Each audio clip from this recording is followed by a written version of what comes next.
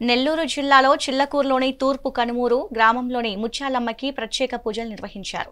అనంతరం నూతన చైర్మన్ గా చిల్లకూరు దశరథ రామరెడ్డి, సభ్యులుగా పొక్కాలి శ్రీలక్ష్మి, ఈవో నవీన్ కుమార్ కు ప్రమాణ స్వీకారం చేయించారు.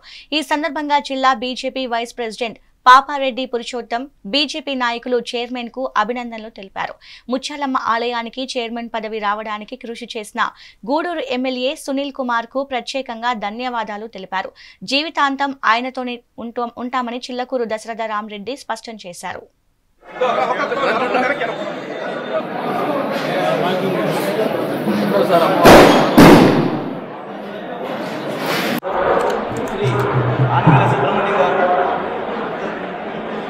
చిల్లకూరు దశరథ రామరెడ్డి గారిని చైర్మన్గా నియామకం చేయడం ప్రతిపాదిస్తున్న వారి యొక్క ప్రతిపాదనను మిగిలిన సభ్యులందరూ కూడా ఏకగ్రీవంగా తిరుపతి జిల్లా చిల్లకూరు మండలం తూర్పు కొంపు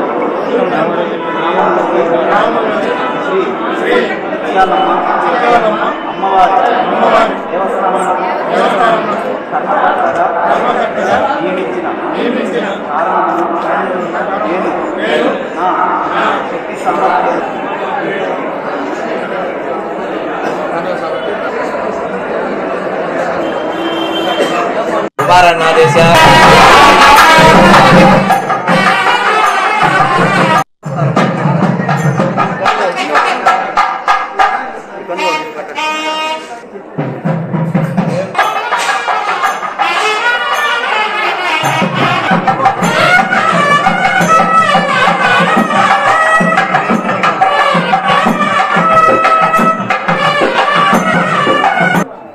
తిరుపతి జిల్లా చిల్లకూరు మండలం తూర్పు కనుపూరు విడిచినటువంటి శ్రీ ముత్యాలమ్మ పరమేశ్వరి దేవస్థానం ఈరోజు నూతన పాలక మండలిగా ఏర్పడ్డది.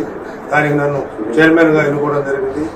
అమ్మవారి ఆశీర్వాదంతోనూ మరియు మా ఎమ్మెల్యే గారు పాశం సునీల్ కుమార్ గారు, గంగా ప్రసాద్ గారు వారి కృషి వల్ల ఈరోజు నేను చైర్మన్ కావడం చాలా అదృష్టం. అది నేను పెద్ద అదృష్టంగా భావిస్తున్నాను. ఎమ్మెల్యే నేను ఇంతకుముందు కాంగ్రెస్ పార్టీలో ఉన్నాను. ఆ రోజు జనార్దన్ గారి దగ్గర ఉన్నాను. కానీ జనార్దన్ గారు నా మనుషులకు పదవులు ఇచ్చారు. నేను ఎప్పుడు పదవులు ఆశించలేదు. తర్వాత వైసీపీలోకి వచ్చా. వైసీపీలో శూన్యం. అక్కడ రకరకాల పత్రం తప్ప ఇంక వేరే లేదు.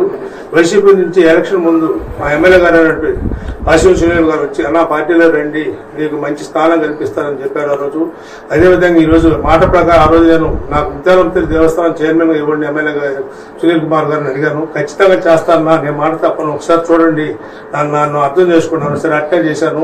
ఆ విధంగానే ఈ రోజు ఆయన మాట తప్పకుండా మడి తిప్పకుండా ఆయన కృషి ఫలితంగానే చంద్రబాబు నాయుడు గారి దగ్గర ఒక స్టేజ్లో పైలు ఆగిపోయినా కానీ ఆయన స్వయంగా విజయవాడ వెళ్ళి అక్కడ పైలు నడిపించి ఈ రోజు నన్ను చైర్మన్ గా చేయడం ఒక పెద్ద అదృష్టంగా భావిస్తూ ఆయనకి నా జీవితాంతరం ఆయనకి గంగా ప్రసాద్ గారికి రుణపడి ఉంటాను. నేను ఎప్పుడు సునీల్ కుమార్ వెంటే ఉంటాను కానీ ఇతరేతర పార్టీలు మారడం కానీ ఇంకేమీ జరగదు. అందువల్ల నేను చాలా సంతోషపడతాను. ఈరోజు మా ఎమ్మెల్యే గారికి మరీ ధన్యవాదాలు తెలియజేస్తూ వాళ్ళ కుటుంబానికి ఇప్పుడు రుణపడి ఉంటానని తెలియజేస్తున్నాను.